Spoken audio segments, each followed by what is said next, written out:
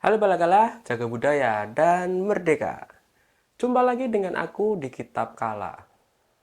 Kali ini mungkin agak spesial karena kita akan bahas sebuah hal yang berkaitan langsung dengan negara kita, Republik Indonesia, yakni berkenaan dengan bendera merah putih.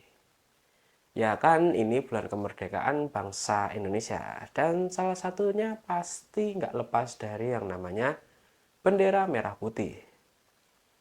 Pertama kali bendera ini dikibarkan pada tanggal 17 Agustus 1945, yakni setelah pembacaan teks proklamasi oleh Insinyur Soekarno. Lalu ternyata penggunaan bendera berwarna merah putih ini menimbulkan polemik dengan negara bernama Monaco. Waduh, kenapa nih? Karena ternyata Monaco juga memiliki warna dan susunan bendera yang sama persis dengan negara kita Indonesia, yakni merah putih. Terlebih lagi mereka mengklaim bahwa bendera mereka lebih dulu ada, yakni dikibarkan pertama kali untuk negara Monaco pada tanggal 4 April 1881. Waduh, lebih tua hampir 70 tahun sendiri nih. Bahkan sampai ada ketegangan karena tuntutan perubahan bendera Indonesia oleh Monaco loh.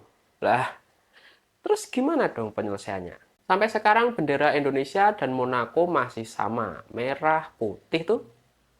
Apalagi dari berbagai sumber, para pendiri bangsa memilih warna merah dan putih karena terinspirasi dari bendera-bendera kerajaan yang ada di Indonesia zaman dulu. Salah satunya adalah bendera dari Kerajaan Majapahit. Oh ya, dan satu lagi, bendera pusaka kita atau bendera merah putih yang pertama kali dikibarkan di tahun 1945 pernah terpaksa harus dibagi dua demi menghindari perampasan dari Belanda saat mereka melakukan agresi militer ke Indonesia. Waduh, gimana nih ceritanya? Ternyata bendera merah putih kita punya sejarah panjang ya. Ya udah, kita lanjut bahas aja hanya di Kitab Kala. Opening dulu.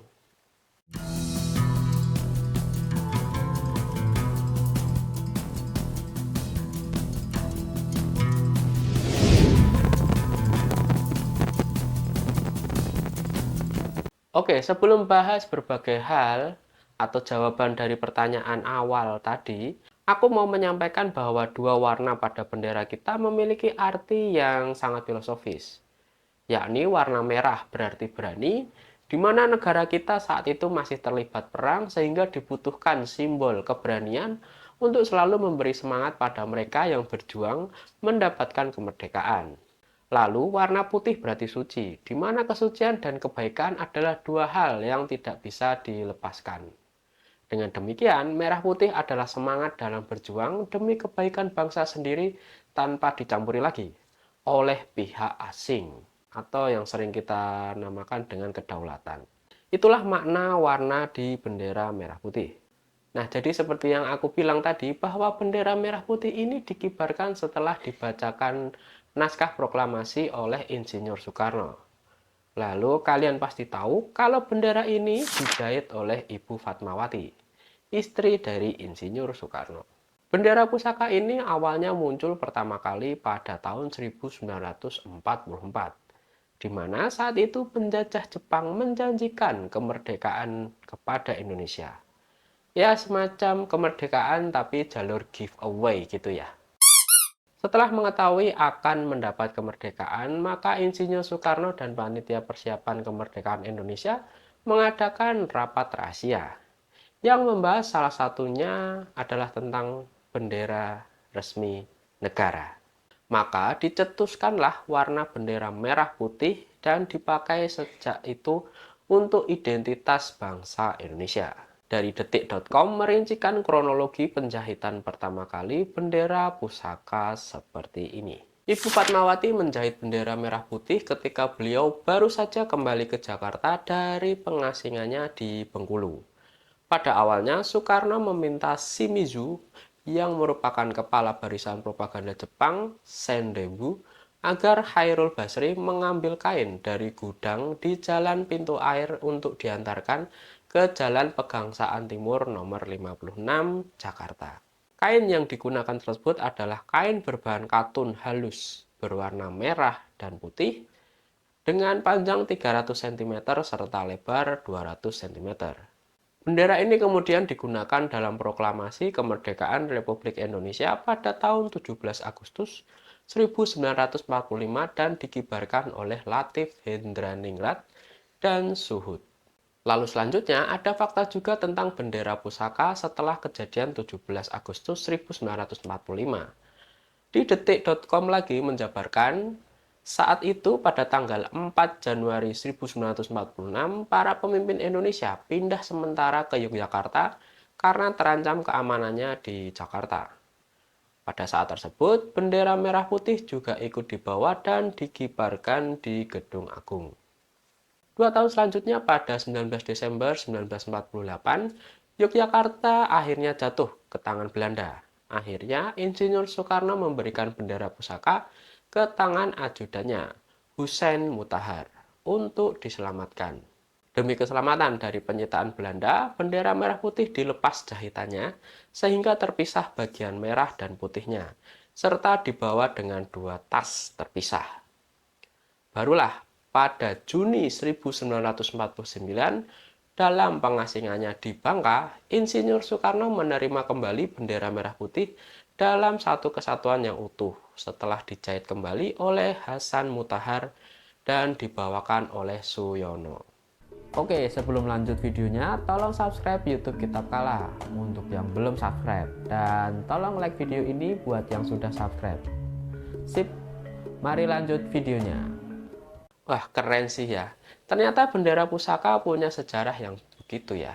Walaupun tapi ya pada tahun-tahun berikutnya muncul protes dari negara Maroko karena penggunaan bendera yang mirip dengan punya mereka.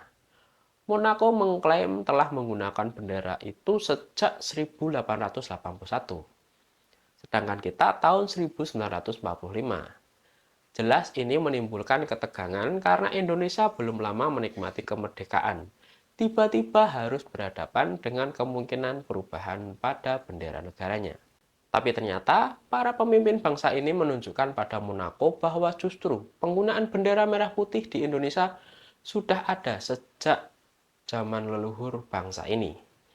Dilansir dari Ensiklopedia Britannica di tahun 2015, bendera dengan warna merah putih ini sebenarnya sudah digunakan sejak zaman kerajaan.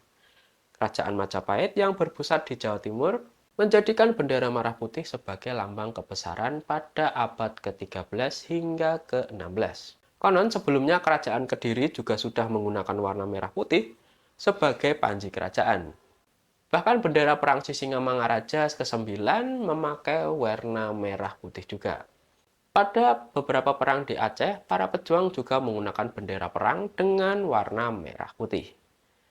Nah, dari sini saja udah ketahuan kalau warna merah putih ini sudah digunakan bahkan sejak zaman abad ke-13. Karena itulah akhirnya Monaco mengalah dan kedua negara sepakat menggunakan bendera merah putih sebagai bendera negara dengan perbedaan pada rasio benderanya. Yakni bendera Indonesia menggunakan rasio bendera lebar dan panjang 2:3, sedangkan Monaco menggunakan rasio 4:5. Jadi begitulah penyelesaian kesamaan bendera Indonesia dan Monaco. Ya, itu tadi balakala sedikit penjelasan dari aku, Ganesh Chandra, si arkeolog Indi, mengenai sejarah dan fakta-fakta yang dimiliki oleh bendera merah putih milik Republik Indonesia, negara kita. Bukan hanya sekedar bendera biasa, ternyata hanya untuk mengibarkan bendera di zaman dulu harus berbagai perjuangan dilakukan. Jadi jika hari ini kita sudah bisa mengibarkan bendera merah putih dengan bebas, berarti kita telah merdeka. Sudah berdaulat dan berhak menentukan masa depan negara kita tanpa campur tangan negara lain.